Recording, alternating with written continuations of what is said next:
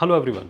आज हम इस वीडियो में बात करेंगे कि कैसे आप यूपीएससी और state civil services specially Haryana civil services की प्रिपरेशन कैसे कर सकते हैं। तो यहाँ पर आज मैं कुछ मेन पॉइंट्स को हाईलाइट करूँगा, आपने उन पॉइंट्स को फॉलो करना है और आप अगर इन पॉइंट्स को फॉलो करते हैं तो आपका जो ड्रीम है एक सिविल सर्वेंट या आईएएस, आईपीएस, आईएफएस या एसडीएम, डीएसपी, तहसीलदार बनने का, तो आपका ये ड्रीम पूरा हो सकता है। तो हमें सबसे पहले ये पता होना चाहिए कि किसी भी सिविल सर्विसेज के लिए जो 3 फेजेस हैं वो कौन कौन से हैं। The first phase is known as the prelims, second one is known as the mains and third one is known as the interview.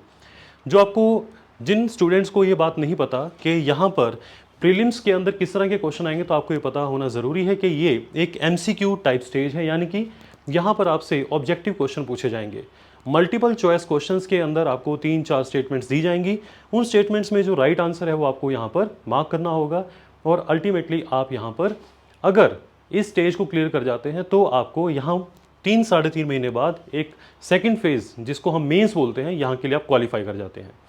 Mains वो स्टेज है जहाँ पर आपको डिस्क्रिप्टिव आंसर देने की ज़रूरत पड़ती है। इसका मतलब है जहाँ पर आपको क्वेश्चंस दे दिए जाएंगे और अब आपको उन क्वेश्चंस के ऊपर अपने जो आर्गुमेंट्स हैं, जो आपको लगता है कि इसका ये सही आंसर होना चाहिए, वो आपने वहाँ पर लिख कर बताना है। तो दैट मीन्स इसके अंदर जिस तरह से आप कॉलेजेस के अंदर जब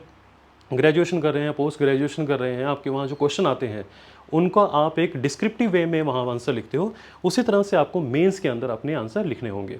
और जब लास्ट में जब आपका मेंस भी क्वालिफाई हो जाता है तो उसके बाद आपको इंटरव्यू के लिए जाना होता है, जिसके अंदर आपको इंटरव्यू में यहाँ पर एक पर्सनालिटी को यहाँ पे जज किया जाता है कि आपके अंदर क्या वो सिविल सर्वेंट के अंदर जो कैरेक्टरिस्टिक्स होने चाहिए वो कैरेक्टरिस्टिक्स हैं या नहीं, और उसके बेसिस पर आपको यहाँ पर मार्क्स दिए जाते हैं।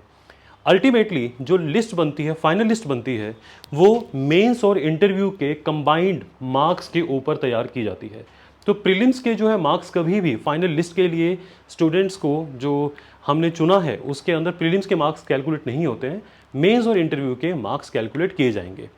अब हम यहाँ पर समझते हैं कि जब आप तैयारी कर रहे हैं सिविल सर्विसेज की तो आपको किस तरह के, जो आपके पास 2 रास्ते हैं सिविल सर्विसेज में। आमतौर पे जब स्टूडेंट तैयारी करते हैं तो वो कई बार कुछ स्टूडेंट्स की मोटिवेशन होती है कि उन्होंने अपने परिवार में, अपने जो पीयर ग्रुप है यानी कि जो फ्रेंड सर्कल है, साथ ही साथ अपने किसी न्यूज़पेपर के थ्रू या सोशल मीडिया के थ्रू उन्हें पता चलता है कि सेल्फ प्रिपरेशन की जा सकती है और पॉसिबल है।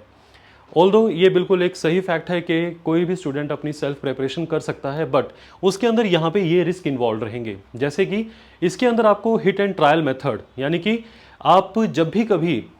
इस एग्ज़ाम के लिए तैयारी कर रहे हैं तो इस बात का चांस है कि यहाँ आपकी जो तैयारी हो रही है वो आपको सही या टाइम से आपका रिजल्ट वो दे पाएगी या नहीं, इस चीज़ के ऊपर आप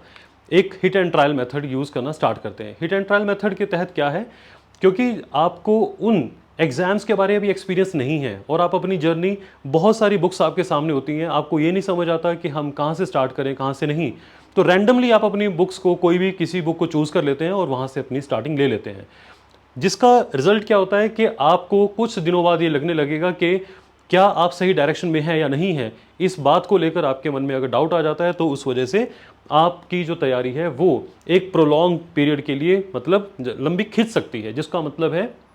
कि अगर आपको तैयारी को लेट्स से 8 to 10 मंथ्स के अंदर आपकी तैयारी हो जानी चाहिए थी, तो हो सकता है वो वहाँ पर 15 to 18 मंथ जो है आपको लग जाएं सेल्फ प्रिपरेशन करते हुए। सेकंड एक और है इसके अंदर, यहाँ पर जब आप अपने आप से तैयारी करना स्टार्ट करते हैं, क्योंकि अभी आपको एग्जैक्ट नहीं पता कि किस रास्ते पर या कौन सी बुक्स आपने पढ़नी है और बुक्स के अंदर कौन से टॉपिक कितनी ग्रेविटी के हैं, कितने इंपॉर्टेंस है उनकी, जब आपको ये नहीं पता हो तो ऐसी चीज़ों को करते हुए आपको टाइम भी लग सकता है। तो इसीलिए याद रखना है आपने, इस सेल्फ प्रिपरेशन के अंदर आपको टाइम टेकिंग भी आपके लिए हो सकती है। थर्ड, यहाँ पर जब आप एक टॉपिक को कर रहे हैं या एक सब्जेक्ट को फॉलो कर रहे हैं तो आपको एग्जैक्ट ये नहीं पता उस टाइम पर कि आप सही डायरेक्शन में हैं या नहीं हैं। एग्जाम्पल के लिए अगर आप हिस्ट्री पढ़ रहे हैं तो आपने हिस्ट्री के कौन कौन से टॉपिक्स को पढ़ा, उन टॉपिक्स में आपने फैक्ट्स भी पढ़े, लेकिन अगर आपने उनका एडमिनिस्ट्रेटिव यानी कि जो प्रशासनिक उनका एक व्यू है या उस समय पर जो चीज़ें एडमिनिस्ट्रेटिव पॉइंट ऑफ व्यू से चलती थी, अगर आपने उन चीज़ों को मिस कर दिया, कुछ मेन वहाँ के जो पॉइंट से मिस कर दिए, तो आपकी जो आपने मेहनत अपने फैक्ट्स को कलेक्ट करने में की है चाहे हिस्ट्री के अंदर है, ज्योग्राफी के अंदर है, तो वो भी मतलब आपके लिए वैल्यूएबल नहीं रहेगी। तो आपकी जो तैयारी है वो मिस डायरेक्ट हो सकती है, इस बात का भी चांस रहेगा, क्योंकि यहाँ पर कोई भी नहीं है जो आपको गाइड कर सके, आपको बता सके कि यहाँ पर आपने अगर ये टॉपिक कर लिया है तो इसके साथ नेक्स्ट टॉपिक जो है आपको ये करना चाहिए।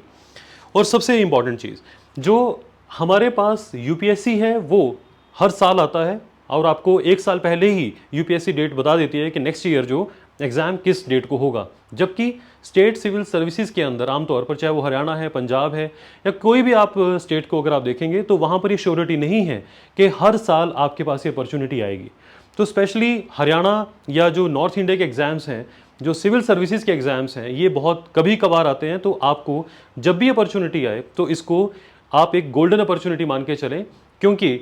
इस अपॉर्चुनिटी को आप कभी डिटरमिन नहीं कर सकते कि नेक्स्ट ईयर कब आने वाली है। तो इसीलिए गाइस, जब हमारे पास दूसरा तरीका क्या है कि अगर आपके पास कोई मेंटर है, अगर आपके पास कोई यहाँ पर गाइडेंस देने के लिए कोई पर्सन अवेलेबल है, वो आपका टीचर हो सकता है, वो आपका एक सीनियर हो सकता है जिसने पहले प्रीलिम्स मेंस वगैरह क्रैक किए हो, इंटरव्यू तक पहुँचा हो, या आपके पास कोई ना कोई ऐसा एक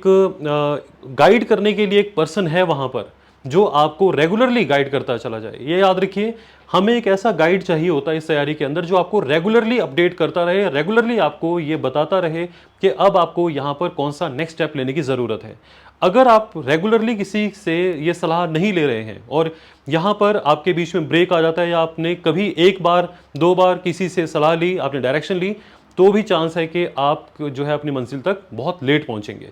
तो गाइडेंस का फ़ायदा क्या होता है कि आपको एक तो जिन लोगों ने इस एग्ज़ाम को क्रैक किया है, या वो उसके मेंस तक पहुंचे हैं, या वो इंटरव्यू तक पहुंचे हैं, उन लोगों के पास वो स्ट्रैटेजी होती है जिसको वो फॉलो करते हुए वहां पर बार बार इंटरव्यू तक अपीयर हुए हैं। तो आपको ये याद रखना है, उन लोगों के पास एक टाइम टेस्टेड फॉर्मूलाज होते हैं जो कि ट्रस्टवर्दी होते हैं, इसीलिए एक गाइडेंस की इंपॉर्टेंस हमेशा बनी रहेगी। सेकेंड,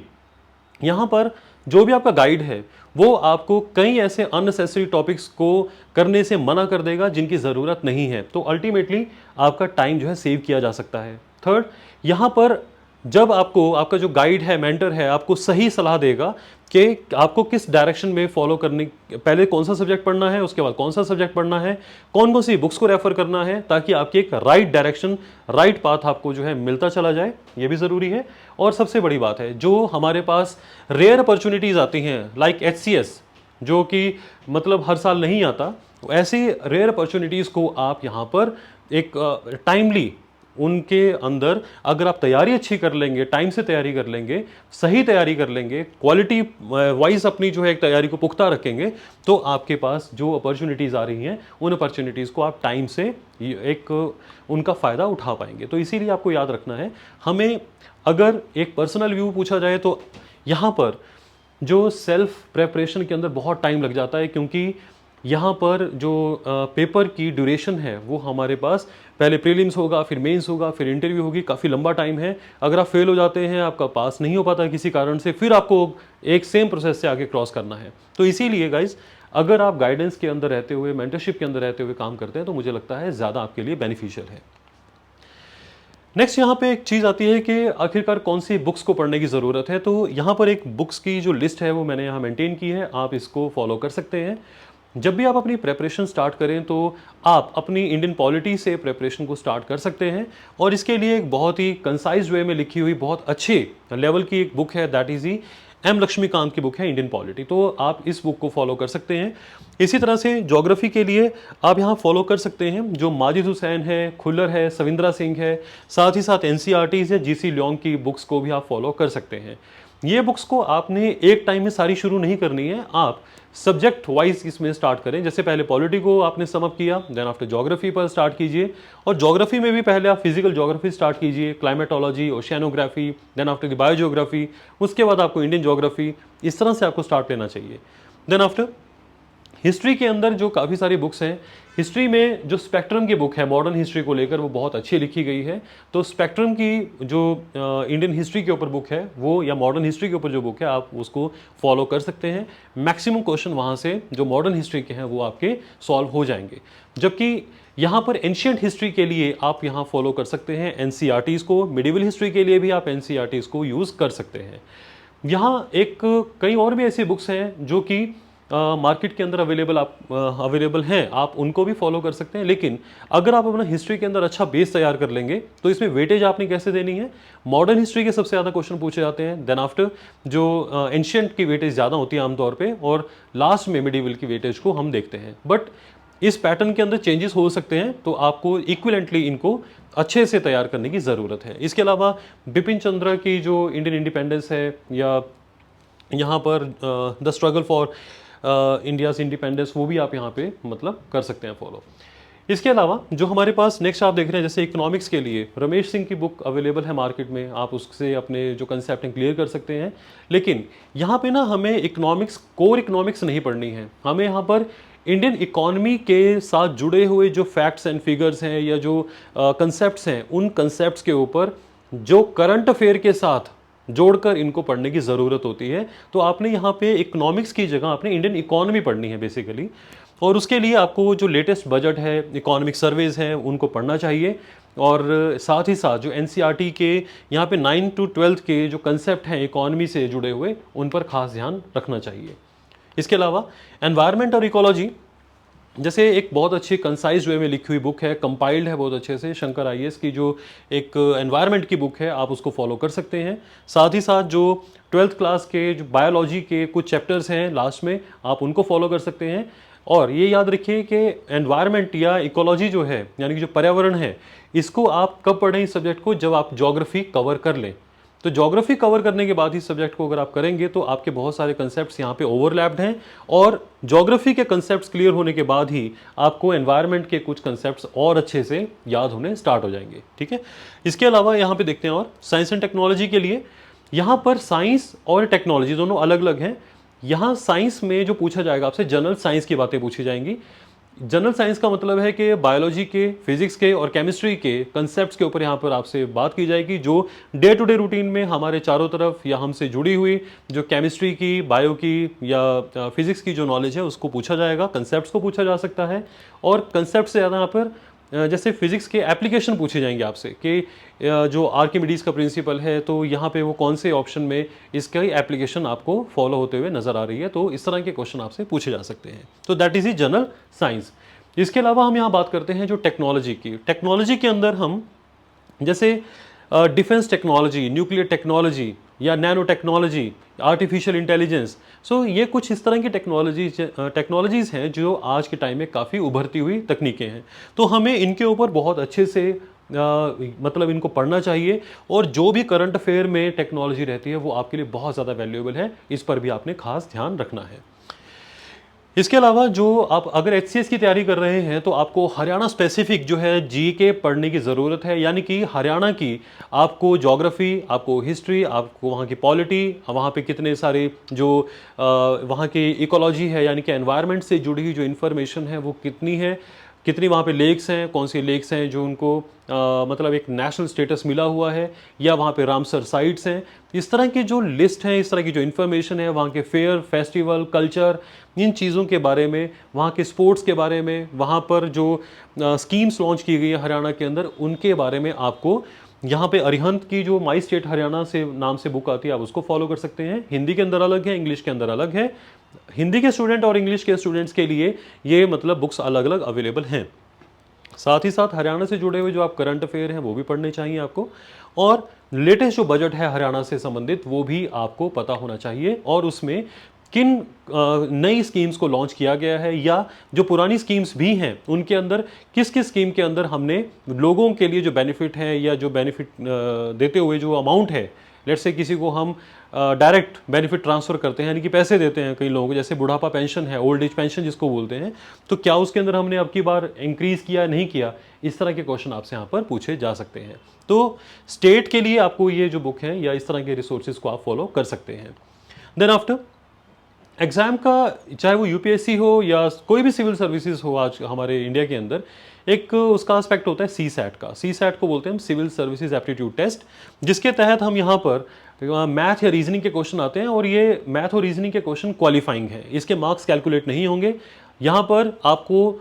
33% पासिंग मार्क्स लेने हैं, उसके लिए आप RS अग्रवाल की जो बुक है, क्वांटिटेटिव एंड क्वालिटेटिव एप्टीट्यूड की जो बुक आती हैं, उनको आप फॉलो कर सकते हैं। ये बुक्स भी हिंदी और इंग्लिश में जो है अलग अलग अवेलेबल हैं। तो आपको ये याद रखना है कि आपको मैथ के थोड़े बहुत वहाँ पे क्वेश्चन, कॉम्प्रीहेंशंस, वहाँ रीजनिंग, इन चीज़ों के ऊपर जो क्वेश्चन पूछे जाएंगे उसमें सिर्फ आपने पासिंग मार्क्स लेने हैं। नेक्स्ट यहाँ पे हम देख रहे हैं, जब आपकी प्रीलिम्स की स्टेज क्लियर हो जाती है, फिर उसके बाद आपकी मेंस की स्टेज आती है। मेंस की जो स्टेज है, इसके अंदर बहुत सिंपल है। जिन चीज़ों को लेकर आपने अपनी नॉलेज को इकट्ठा किया है, चाहे ज्योग्राफी है, पॉलिटी है, हिस्ट्री है, इकोनॉमी है, science and tech, environment, international relations वगैरह, करंट अफेयर के ऊपर आपने क्वेश्चन में पूछे गए जो वहाँ पर मेन क्वेश्चन आपसे पूछा गया है, उसके अंदर जो वर्ड्स हैं मेन,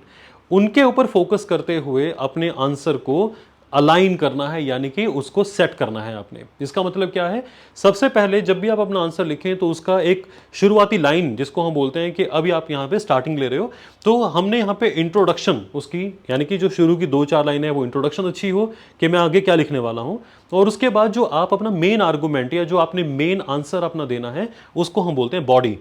ठीक है, जो यानी कि मुख्य भाग है आपके आंसर का। और उसके बाद जो कंक्लूजन में, कंक्लूजन का मतलब है इन द एंड, जब आप बताएंगे जो एग्जामिनर है कि आपने जो क्वेश्चन पूछा है, मेरे मुताबिक इस क्वेश्चन का जो कंक्लूजन है ये होना चाहिए। अगर उसके अंदर कोई आपसे सजेशन मांगा गया है तो आप ये बता सकते हैं। एग्जाम्पल के लिए, जैसे भारत में आज़ादी के बाद भी आज तक जो गरीबी या भ्रष्टाचार दूर क्यों नहीं हुआ, ये कैसे दूर हो सकता है, तो आपसे वो सजेशन मांग रहा है यहाँ पर। तो इन द एंड आप एक उनको वहाँ पे रास्ता दिखा सकते हो सजेशन के वे में, कि अगर इंडिया इन इन चीज़ों को फॉलो करता है, इस तरह के वर्क कल्चर को फॉलो करता है, तो हम यहाँ पर या जो इस तरह की जो प्रॉब्लम है हमारे लिए, जो सोशल प्रॉब्लम्स हैं, इनको हम दूर कर सकते हैं।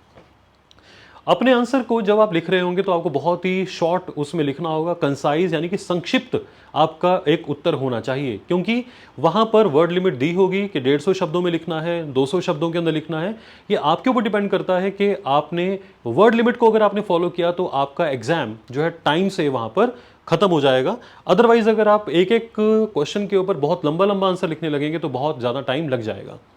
साथ ही साथ जब भी आप अपना आंसर लिखते हैं तो उसके अंदर फॉर्मल लैंग्वेज यूज़ कीजिए, वहाँ पर कैजुअल लैंग्वेज को यूज़ मत कीजिए। यानी कि जो सिविल सर्विसेज से जुड़ी हुई टर्मिनोलॉजी है, एक अच्छी जो भाषा शैली है, उसका प्रयोग करें और यहाँ पर अपने पॉइंट्स को क्लियर करते हुए चलें। जब भी आप अपना आंसर लिख रहे होंगे तो उस समय पर आपको एग्जाम्पल दे सकते हैं, उसके अंदर केस स्टडी डाली जा सकती है, कोई रिसेंट जो पब्लिश हुआ रिपोर्ट्स के अंदर आया हुआ डाटा वो आप दे सकते हो, चाहे वो गवर्नमेंट ऑफ इंडिया का है, नीति आयोग का है, किसी और जो मेन हमारी यहाँ पे बॉडी है उसका डाटा है, या इंटरनेशनल रिपोर्ट का कोई डाटा है, तो आप यहाँ पे वो दे सकते हैं। इसके अलावा